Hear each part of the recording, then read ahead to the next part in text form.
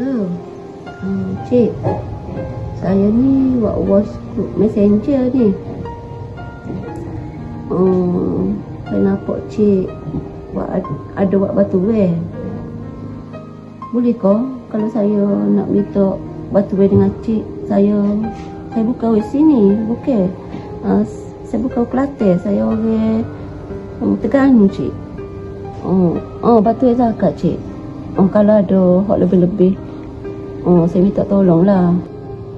Dok cik, buat benda gini saya tak ketipu cik.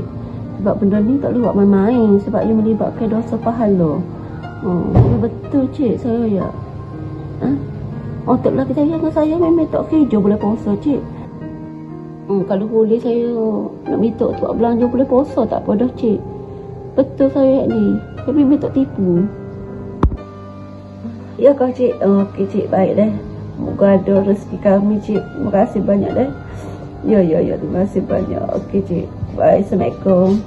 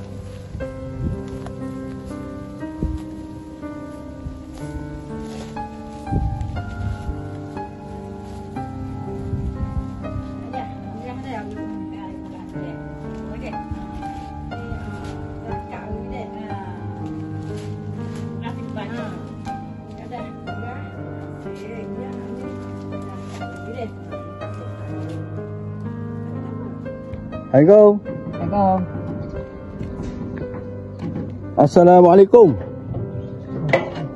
Assalamualaikum. Assalamualaikum.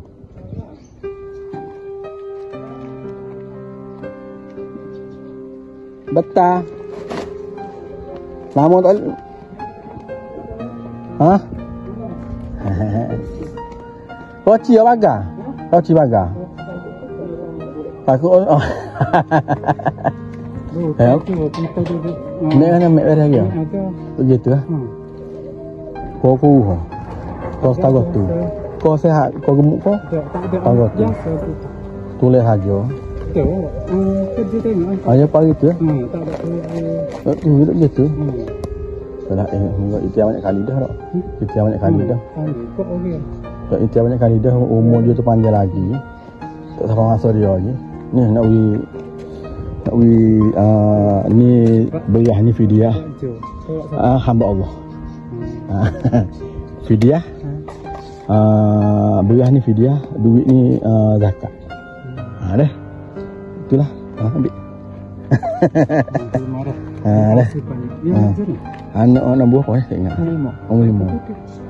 Pok dulu putih. Putih tu. Kita kacuk ken tu. Tak ada balik. Gaya kan balik aku? Balik gaya sana dulu. Balik rumah Umi arwah. Bawa lagi? Jauh lah, pengen duduk sini. Nanti dia mau main. Main sini lah. Tak boleh bawa. Cakap hati tu tak? Pepo-pepo dia lagu mana? Saya beli. Pagi lagi. Biar mau waktu itu. Beli timah tu. Ya, masalahnya moga produk kepo ya bukan boleh tak boleh. Tapi dia boleh tak duit kena? Duit bajet ke boleh duit. Tapi banyak ada. Ngah duit bajet ke tak ada. Kok moga ngah susu dia dengan pepoh dia. Oh, makan tu juga. Moga tak ada.